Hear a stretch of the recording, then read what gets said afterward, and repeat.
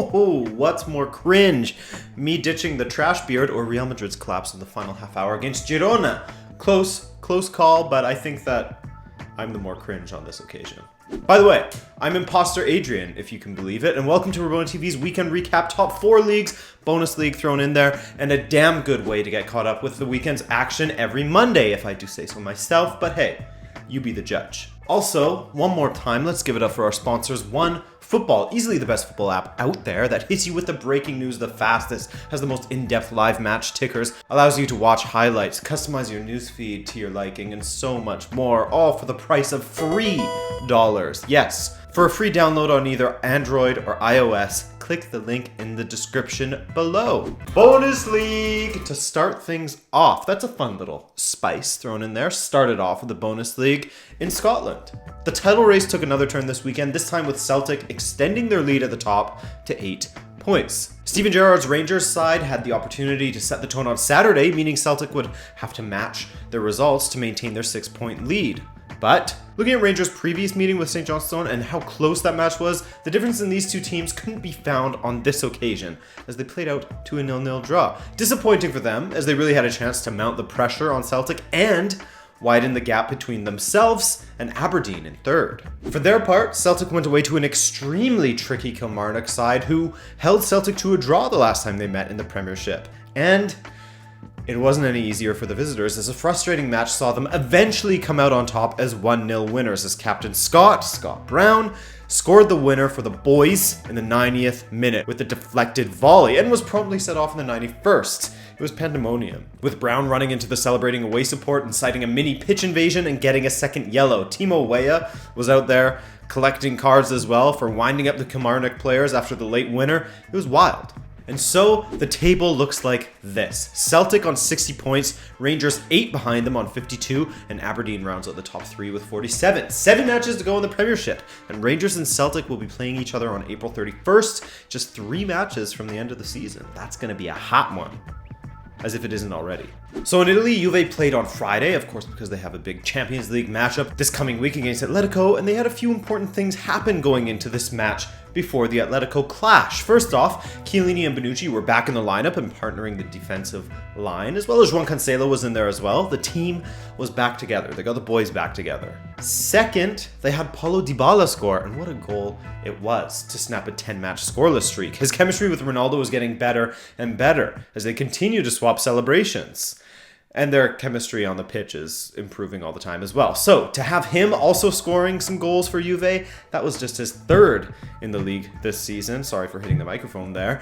Then that would be a huge boon to their Champions League pursuits. Speaking of Ronaldo, he scored the 2nd goal, which meant that he added both a goal and an assist to his incredible Serie A numbers. That made for 19 goals and 8 assists, the 3rd consecutive match in which he has scored and assisted, a feat he last achieved with Real Madrid back in 2014. 3-0 to Juve there. On Saturday, AC Milan went away to Atalanta, a recently surging Atalanta, whom Milan had been battling with for the top 4. So, Milan was looking to continue their great unbeaten run of 6 matches and make it a top 4 statement to the likes of Roma, Lazio, and the rest of the top 4 Royal Rumble. Atalanta was the first to strike, but it wasn't Duvan Zapata on this occasion. Oh no, but Remo Freuler, the Swiss central midfielder with his first since November. But Piątek just furthered his modest legend, as his beautifully taken first goal paved the way for Hakan Çalhanoğlu's beautiful 2nd goal, and Piątek completed his brace with a brave header to give Milan the 3-1 win away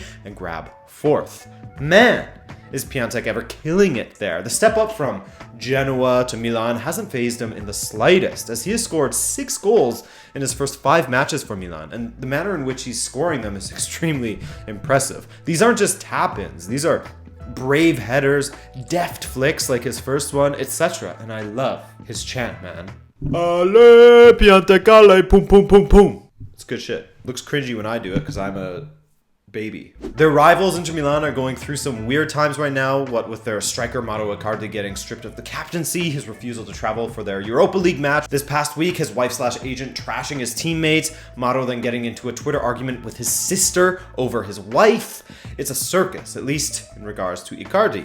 iCarly. But Inter were just fine without him as they defeated Sampdoria 2-1 at home with goals provided by Raja Nangolan and Danilo D'Ambrosio. Much needed win as Inter string 3 together for the first time since the end of December/early January. They've had a rough stretch. They've had rough stretches throughout the season, to be honest with you. And the last match of note was, of course, Napoli hosting Torino. Napoli needed the win to keep the title race respectable, but they've had a penchant for draws lately, and a draw is what they were able to secure. Well, perhaps secure is the wrong word, as it was all that they could muster, really. A barrage of attempts on goal, 26 of them for that matter, forced Sirigu into action on 9 occasions. Napoli were left frustrated with a 0-0 draw. Insigne had 8 shots. Milik had 7 shots. No goals to speak of. So, Napoli's failure is a boon to Juve as they now have a 13-point lead with Napoli in tow and the 2 Milan clubs filling out the top 4. Nice to see Milan clubs back up there, the old powers. On Allemagne, and that's Germany if you don't speak French. Geez, Adrian shaves and now he's a preppy Bayern were going away to nearly bottom of the table FC Augsburg. Easy, right? Well, write them off at your own peril, especially at home they're actually quite shit at home. They're quite shit away from home as well, and this was no exception, despite them getting a gimme in the first minute of the match after Leon Goretzka popped the ball into his own net. The Gary Cahill special, as we like to call it in the business. King Coman took over this match, however, and scoring a first half brace and setting up David Alaba for the winner of this 3-2 match. Whew, hectic. But Bayern could easily get exposed against Liverpool this week. Hummel and Süle's partnership worries me a bit, prone to errors and not fast enough to make up for them. They're both commanding physically, I'll give them that, but it's the rest that worries me a bit. Will it be a field day? I don't know about that. We'll see, but this Bayern team looks frail in comparison to past years. Frail or just inconsistent, I guess. As soon as it looks like they're on the up, all of a sudden they hit a little bit of a rough patch. RB Leipzig.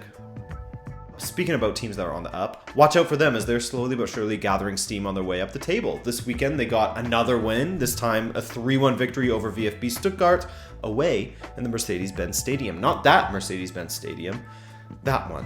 And I'm not just being an MLS fetishist, but Tyler Adams has been thriving for Leipzig and has added a lot to their midfield. In this match, he also added a beautiful assist to make it 3-1 Leipzig with just 15 minutes remaining. Werder Bremen have had some solid results lately, as they do with their late season push up the bully rankings. This week, they left it late against Hertha Berlin as Claudio Pizarro scored a free kick to secure a draw on the road. What year is it?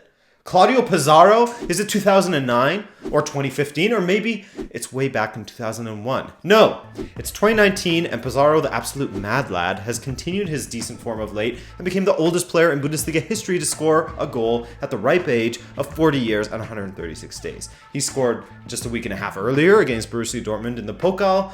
Man, old school Bundesliga guy. He was banging them in for Werder Bremen before even Jadon Sancho was born. Speaking of Sancho and the Dortmund dudes, they don't play until today, actually. So, with Borussia Mönchengladbach drawing away to Eintracht Frankfurt, the table in this moment, pre-Dortmund versus worst team in the league, Nuremberg, Dortmund's lead is now cut down to 2 points as Bayern are right behind them with 48, Gladbach on 43, as their lead over Bayern has been turned upside down, and as I said, Leipzig slowly but surely climbing, now up to 4th and threatening to take 3rd. I keep hitting the mic today. I'm sorry about that. I need to get it out of my face, I think. It's in the smack zone right now. You'll get one of these real quick if you're speaking to me. If I'm speaking to you, more likely, actually. Hispania's on deck, and it was a weekend of limp performances from the top 2 teams. Well, the top 2 teams going into this weekend, at least. What do I mean by that? Well, Atletico got a 1-0 win against Rayo Vallecano. Wow! I never would have guessed that Atletico would get a 1-0 win. And guess who scored? You're right, it wasn't Alvaro Morata, but he did set up Antoine Griezmann with a nice little touch in the 74th minute, almost at 47th because I'm dyslexic. By the way, in the final 30 minutes of this match, we finally got to see Morata, Griezmann, and Diego Costa all together. It didn't look great, but it was the first time they've been together and the first time in 2 months that Costa has played, so save your judgments. Griezmann, the only one out of the 3 that's really in good form here. Maybe the only one on Atletico's team right now.